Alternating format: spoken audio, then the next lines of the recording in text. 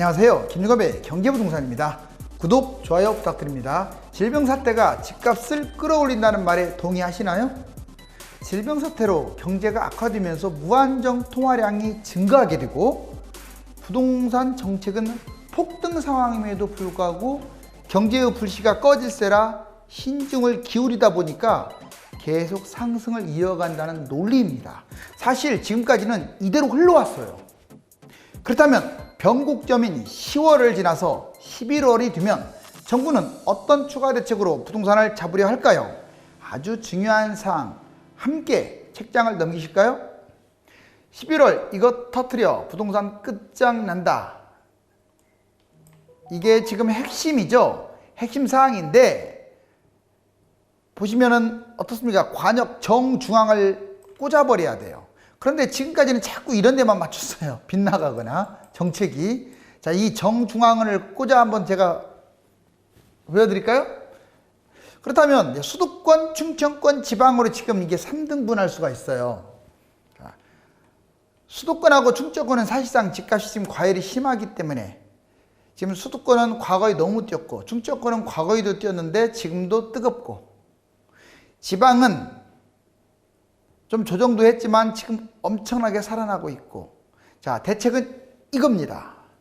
자, 11월 달에 나올 예상 대책은 갭 투자 방지. 그렇다고 갭 투자를 못하게 할 수는 없으니까 이렇게 하는 거예요. 비거주 차익 환수. 즉 실거주자가 아닌 사람은 차익을 상당 부분 토해내게끔. 이해가셨죠? 그럼 갭 투자만 사라져도요 집값 떨어집니다. 자, 그 다음에 토지거래 허가제라고 있어요. 들어보셨죠? 자, 토지거래 허가제는 실거주 안 하면 안 되잖아요. 이 둘 중에 하나가 나올 가능성이 커요. 마찬가지로 충청, 세종, 대전 같은 경우는 지금 조정지역, 투기지역이잖아요. 그렇기 때문에 더 이상 나올 대책이 없어. 이런데 역시 같이 때려야 돼요. 갭투자 방지, 비거주 차익 환수, 그리고 토지거래 허가제. 이거 진작대로 써야 돼. 지금 세종은 너무 지금 봐주기 하고 있는 것 같아요. 자, 이번에 지방입니다. 지방은 그렇게 할 필요도 없습니다. 그냥 조정지역으로 때려도 돼요. 투기지 과열지구나. 이해가세요? 이거 한 방이면 그냥 끝장납니다. 부산, 대구, 영호남 다 마찬가지. 지금 너무 폭등하고 있잖아요. 계속. 그런데 이걸 지금 민지덕 거리는 거예요. 이제 언제 나올 가능성이 있다? 11월입니다. 왜냐하면 10월 달에 변곡점이고 이제 11월이나 늦어도 2, 3월에 나와주지 않으면요 문제가 돼요. 자, 여기 보시면 질병사태의 두 얼굴. 제가 서두에서 말했지만 질병사태가 집값을 끌어올린다. 이건 맞는 말이에요. 지금까지는 그래왔습니다. 왜 그런지 보여드릴게요.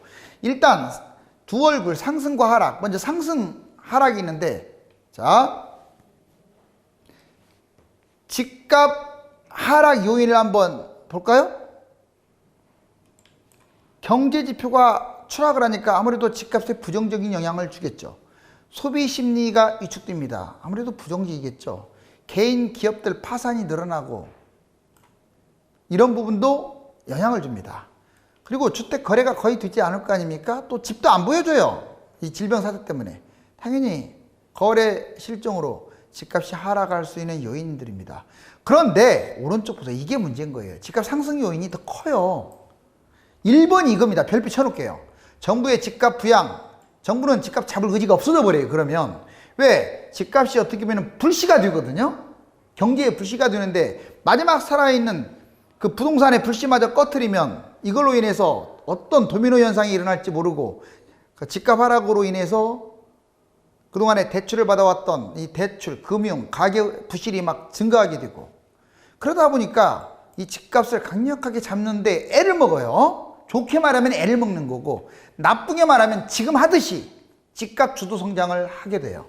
집값이 얼마나 뛰었느냐 이건 신경도 안 써요. 그냥 우선 당장은 경제 성장률, 세금 걷어들여야 하고 이런 것만 신경 쓰겠죠. 바로 이게 문제인 거예요. 이거. 더군다나 투자 쏠림 현상도 일어나요. 자꾸 이제 돈이 남아 돌아가보다니까 주식으로 아니면 부동산으로 갈 수밖에 없어요. 돈이 통화량 증가, 화폐 가치 하락하니까 투자하세 안 하면 왠지 나만 거지 되는 느낌. 저금리가 지속되고요. 실물 경제로 당연히 쏠림 현상이 일어나겠죠. 뭐 저축해봤자 1년 뭐 1억 저금해봤자 뭐 40, 50, 60 이렇게밖에 안 붙는데 누가 저금하려고 하겠어요? 바로 이 질병사태가 상승 요인과 하락 요인을 일으키는데 제 생각은 내년에도 지금 질병사태가 변수예요. 내년에도 계속 될 것 같거든요. 이거 완전한 여러분들 어떤 해독제가 나오지 않는 한은요, 이거 계속 집값 뛸 가능성이 커요. 특히 정부가 집값 잡는 게 미심쩍게 돼버리면 이거 게임 끝나는 거거든요. 그렇다고 하더라도 저는 잡아야 한다고 봐요. 지금 보통 띄운 게 아닙니다. 다시 말씀드리지만 부동산은 지금 전시 상황이에요. 2배, 3배 뛰었어요, 집값. 그럼 무주택자들은 지금 얼마나 정말 뿔났겠습니까? 자, 화가 치밀어 오르다 못해서 눈물 날 것 같아요. 그러면 본인들이 입으로 토해낸 게 있잖아요. 뭐 주머니 속에 뭐가 많다. 원상복귀 시키겠다. 무슨 일이 있어도 집값만은 잡겠다. 투기와의 전쟁하겠다 해놓고 행동은 딴짓을 한다면 이런 사람은 어떻게 해야겠어요? 다음 넘어갑니다. 자, 과거 부동산이 왜 실패한 줄 아세요? 여기 2017년에 파리 대책, 이거 문재인 정부 때예요. 자, 실패 요인, 임대주택 사업을 장려했어요. 임대주택 사업 얼마나 장려해가지고 그 매물이 잠기는 바람에 집값이 대폭등한 거예요. 여의도 용산 통개발 발언, 지금은 저 세상으로 가셨지만 아무튼 통개발 발언하신 분 있죠. 그 다음에 2018년 9.13 대책 때 실패 요인, 이때 진짜 잘 빠졌었어요. 이때 대세하락을 이끌 수 있는 기회였는데 집값 하락을 우려해가지고 오히려 상승을 방치시켜버렸어요. 집값을 안 잡았다 이거예요. 말로는 막 오만 잡동사니 말로 집값 잡는 쇼를 하더니 안 잡았어요. 결국은 민간 분양 상한제를 때려야 하는데 핀셋으로 때린 거야. 그 다음에 2019년 11.6 대책 실패 요인, 집값 하락 우려해가지고 상승 역시 방치했고요. 부처 간 이견, 지들끼리 막 싸운 거야. 그러다 보니까 대책도 늦어져갖고 12월 달에 대책이 나와서 세상에 5월, 6월부터 집값은 폭등하기 시작했는데 12월 달에 나왔으니 얼마나 집값 많이 뛰었겠어요. 그 다음에 2020년 6.17 대책, 이건 CR에 먹히질 않았죠. 이 자체로 실패했어요. 그나마 7.10 대책이 나와서 이제 조금 나아졌는데 왜 실패했냐? 재탕, 삼탕. 지금까지 한 대책이라고는 쇼만 한 겁니다. 왜? 대출 규제, 청약 규제, 뭐 투기과열지역, 주정지역 그거 늘린 거밖에 없어요. 나머지 아무것도 안 했어요. 제일 꽃이 뭔 줄 아세요? 갭 투자예요. 이 갭 투자를 잡았어야 하는데 이걸 아예 그냥 잡지를 않고 지금도 안 잡고 지금도 갭 투자하고 있잖아요. 집값 잡을 의지가 없다고 보여져요. 저는 갭 투자.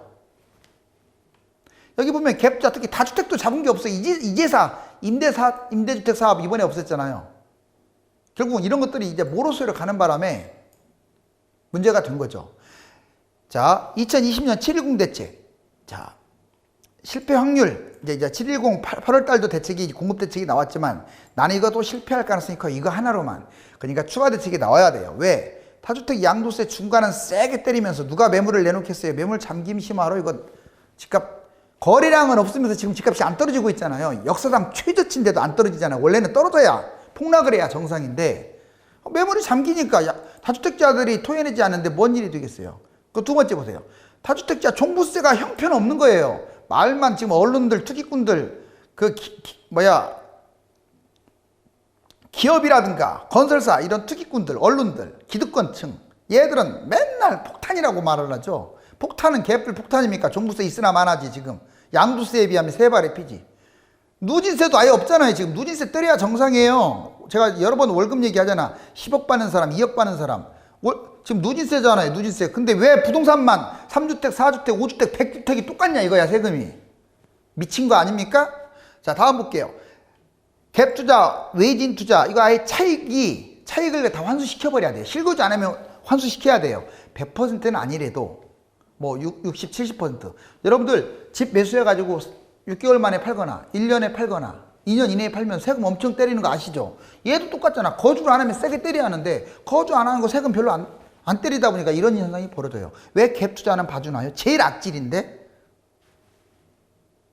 자, 이제 왜 지금 집을 잡지 말라고 하냐면, 물론 지방은 예외일 수 있어요. 제가 세 군데 구분했습니다. 지방은 앞으로 뛸 거예요. 계속. 왜? 추가 대책이 안 나오는 한은 계속 올라갈 거예요. 그 다음에 서울은 이미 그 자체로 꺾일 것 같고, 이제 계속 꺾이게 하기 위해서 추가 대책이 필요하다는 거고, 경기도는 그 중간 정도 될 거예요. 자, 직전 취급가가 5억이었던 게 현재 실거래가 취급가가 6억이네요. 근데 호가가 7억에 있어. 그러니까 자기가 7억에 혼자 잡는 거야. 그러니까 잡지 말라고 하는 거예요. 지금 겨울에 잡으라고요. 특히 수도권, 서울은, 1, 2기 신도시는. 자, 그 다음에 7.5억짜리 실거래가 9억이 됐는데 이거 지금 매물이 10.5억에 나왔어요. 이 사람 잡으면 이거밖에 매수를 못해. 13억짜리 15억에 최고가로 거래됐는데 매물이 17억에 나와 있어. 그럼 이 사람은 2억이나 비싸게 잡으니까 쫄딱 망하는 거 아니나요? 여기 보세요. 만약에 겨울에 하락하면요, 이 가격으로 하락 안 해요. 여기 기준으로 얘 밑으로 하락하지. 5.5억. 이렇게 잡은 사람은 엄청난 손실. 1.5억이나 손해봤네. 그냥 몇 달 만에. 자, 그 다음에 10.5억에 잡는 사람은 8.4억. 2억 넘게 손해봤네. 자, 17억에 잡은 사람, 매도가에 잡은 사람 14억으로 떨어질 때는 3억이나 손해봤네. 이건 그냥 잠깐 사이에 이렇게, 이건 하락도 아니잖아요. 이 현재 실거래가보다 조금 떨어진 건데 매도가에 잡는 바람에 이렇게 쫄딱 망하는 거야. 그래서 기다리라는 거예요. 그나마 다행인 게 지금 7, 8, 9, 10월 달 전에 오면서 실거래가하고 뭐하고 지금 붙었어요. 매도가가 붙은 거예요. 왜? 이제 집값이 서서히 하락 쪽으로 이제 가고 있다고 제가 얘기 드렸잖아요. 어디가 하락했나요? 자꾸 댓글에 그런 질문 다는 사람들, 자, 그러지 마세요. 본인들이 더 잘 알면서 얼마나 불안하면 어디가 하락했나요? 본인들이 찔리고 불안하고 하니까 자꾸 그런 댓글을 다는 거야. 왜 하락한 곳이 없어요? 상당히 많지. 본인은 왜 그렇게 왜곡을 하려고 합니까? 지금 흐름이 꺾이고 있다고 제 말이 아니잖아요. 근거자료 다 제시하잖아요. 아직 마이너스로 서울 전체가 돌아선 건 아니지만 이미 마이너스로 떨어진 것들도 상당히 있다는 거 본인들이 아시면서 어디가 하락했냐고. 그런데 무주택자들은 더 가관이야. 좀 응원글 달아주면 어디 덧나요? 가만히 있어. 그럼 집값 폭등해야지 뭐. 자, 지방 집값 띄우는 이유. 그렇다면 왜 지방 집값을 갖다가 지금 안 잡고 정부가 지금 이게 가만히 있을까? 뭐 세금 확보? 이것만 있겠어요? 자, 지방 폭등 방치, 집값 노골적 띄우기. 여기 보시면 알아요. 경기도 지금 여기 보시면 서울이 0.01밖에 상승을 안 했고 인천 0.05, 그 다음에 경기도 0.09. 상대적으로 경기도, 인천은 지금 서울보다 상승세가 좀 커요. 그 말은 올 겨울에도 안 빠질 수 있다는 거예요. 왜? 그동안에 1년밖에 안 뛰었어요. 1, 2기 신도시하고 서울은 7년째 뛴 곳들도 있잖아요. 상대적으로 아직 가격도 싸고. 그 다음에 여기 충청권이 더 가관입니다. 세종 0.39% 무려. 서울이 0.01인데 세종이 0.39면 얼마나 지금 치고 가는지 알겠죠. 대전도 0.24, 엄청 뜨겁네요. 빨간색이 있을 정도로. 충청권 이렇게 지금 많이 올라가고 있어요. 그런데도 가만히 있잖아요. 이런데 토지거래 허가제라든가 실거주 안 한 사람들 환수시켜야 하는데, 경상도 지금 막 올라가고 있습니다. 무섭습니다. 부산 0.12, 대구 0.20, 울산 0.2 점점 확대되고 있어요. 제가 여기만이 아니라고 그랬죠. 지금 벌써 강원도도 마이너스였던 것들이 0.16으로 지금 폭등하고 있고요. 전주 여기도 지금 0.09, 전라북도도 무섭게 뛰고 있어요. 전라남도도 뛰고 있고. 즉 지방은요 지금 다 뛰고 있어요. 왜? 이건 집값을 끌어올린다는 생각밖에 안 들어요. 저는 잡으려면 이거 조동지역 하나만 때려도 이거 잡히거든요. 여기 그러면 그래프 볼게요. 자, 이제 겨울에 누가 먼저 빠지느냐 그걸 보여주는 거예요. 서울 보세요. 빨간색 여기 0. 얘는 그냥 기침만 불어도 빠집니다. 10월달 이번 주에 빠질 수도 있고 다음 주에 마이너스로 빠질 수도 있어요. 그 다음에 인천 보세요. 인천은 근데 거꾸로 올라가고 있네요. 자, 지금 경기도도 하락하더니 다시 또 횡보하고. 즉 인천과 경기도는 올 겨울에도 올라갈 수 있어요. 재수 없으면.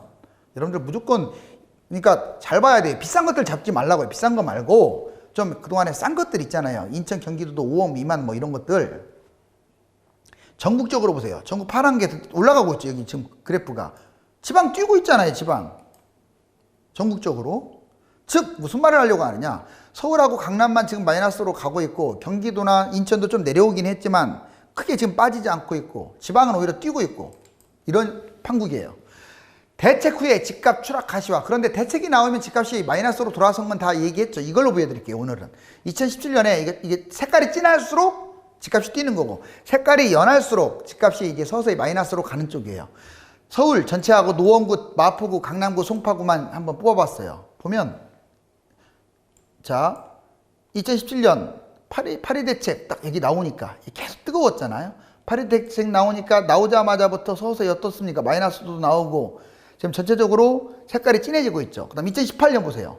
엄청 진했던 게 9.13 대책 나오니까 어때요? 색깔이 연해졌죠. 지금 서울 전체 노원구, 마포구, 강남구, 송파구 여기만 그러겠어요? 다 그렇죠? 그것도 밑에 하얗죠. 이제 그러니까 11월 달에 와서는 마이너스로 접어들었죠. 지금 입장 날 가능성이 크다고 제가 얘기했잖아요.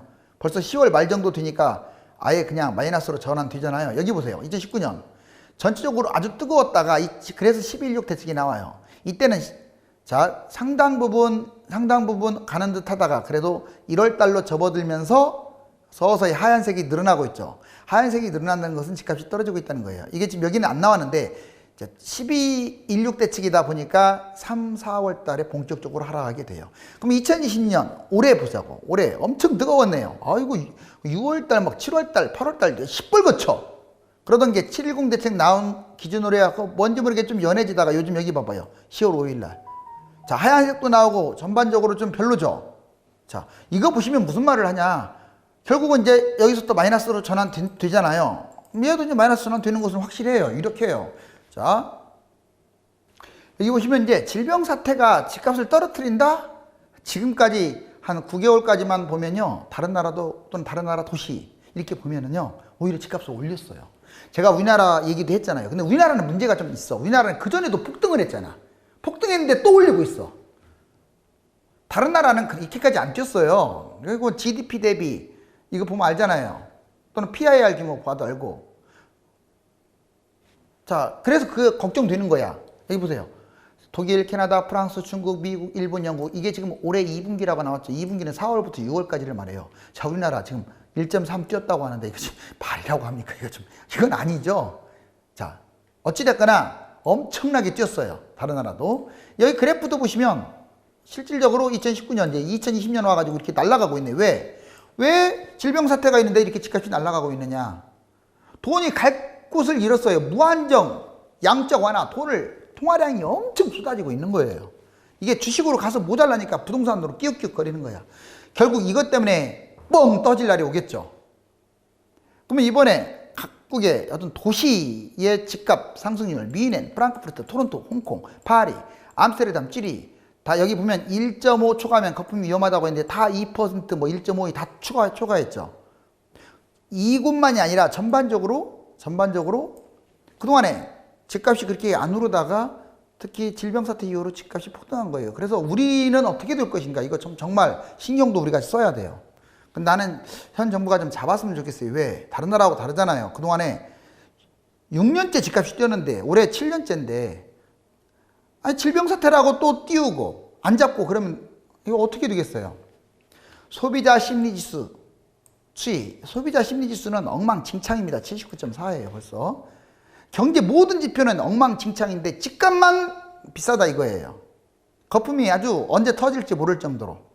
그래서 여러분들 제가 제목을 폭락한다고 잡아도 어떤 지역별로 또는 금액별로 이거 구분해서 판단해야 돼요. 모든 집값이 다 폭락한다는 얘기가 아니에요.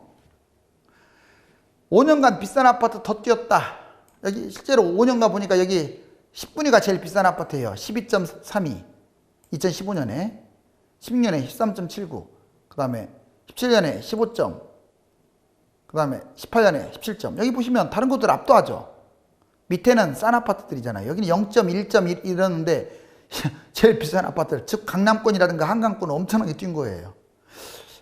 최근에 여러분들 강남구 현대 4차 보시면 실거래가가 33억이 됐습니다. 직전 거래는 36억에서 떨어졌네요. 추락했네요. 기룬 아파트 강서구에 얘는 5억대로 비슷하네요. 즉 최근에 이제 그동안에 계속 신고가만 찍었다가 이제 마이너스 되는 것들이 하나하나 이렇게 늘어나고 있다는 걸 보여주는 자료예요. 자, 임대주택 사업 등록 2018년에 미쳤다고 했잖아요. 문재인 정부 들어와서 어떻게 38만 가구가 지금 등록을 해요? 엄청나죠? 자, 이걸 말하려고 하는 게 아니라 이렇게 많이 등록했어요. 그런데 이게 말소도 있는 것도 보세요. 자, 특히 여기 2020년 12월 말입니다. 자, 서울 14만, 그 다음에 경기도 10만, 점점 늘어나고 있죠. 서울 17만, 경기도 14만. 이렇게 해서 2023년에 24만, 22만. 자, 지금 등록과 말소, 이걸 두 개를 비교해 드렸거든요. 그러니까 특히 이 말소가 많을 때 타이밍을 노리세요. 금매가 나올 수가 있습니다. 자, 마지막으로 3기 신도시와 GTX. 3기 신도시와 GTX는 친형제나 다름없어요. 여기 보시면 하남 교산, 지하철 3호선이 연장 추진된다는 말 나오고요. 그리고 남양주 왕속은 GTX B 노선, 그 다음에 별내선 연장 추진. 인천 기항은 자, SBRT, 그리고 GTX B 노선. 고양 창릉, 고양선, 그리고 GTX A 노선, 부천 대장, 자 BS BRT, 그리고 역시 GTX B 노선, 그리고 GTX D 노선도 추진을 검토하고 있어요. 이게 바로 이겁니다. 빨간색. 김포 한강, 부천을 지나서 삼성동 지나가지고 하남 교산 쪽으로 이르는, 근데 거의 유력합니다. 왜? 이쪽이 지금 없잖아요. 딱 봐도. 그쵸? 그래서 이 선 노선을 미리 선점하는 것도 조금 신경을 써주세요. 왜냐하면 집값이 아직은 안 뛰었으니까. 계단이 계속 이렇게 집값 우상향을 그리고 있네요. 그렇지만 결국 정부가 이제 칼을 뽑을 것이라고 저는 판단되는데, 그때면 결국은 추락하게 될 것입니다. 질병 사태로 인하여 경제는 만신창이인데 갈 곳 없는 유동자금과 저금리 기조는 탐욕에 찌든 투자자들을 계속 붙들어 매다가 어느 순간 뻥 하고 터지겠죠. 지금은 지역별로 차별화를 두되 신중에 신중을 거듭해야 합니다. 부동산 핵심만 간추린 정보, 유튜브에서 김종갑의 성공재테크 검색 후 구독 바랍니다. 내 집 마련이나 투자에 단기, 중단기 전략을 세우고 싶은 분들은 유료 상담을 받으십시오. 네이버와 다음 1000만 명 부동산의 꿈 카페에 들어가서 전화번호를 보고 전화 주시면 됩니다. 감사합니다.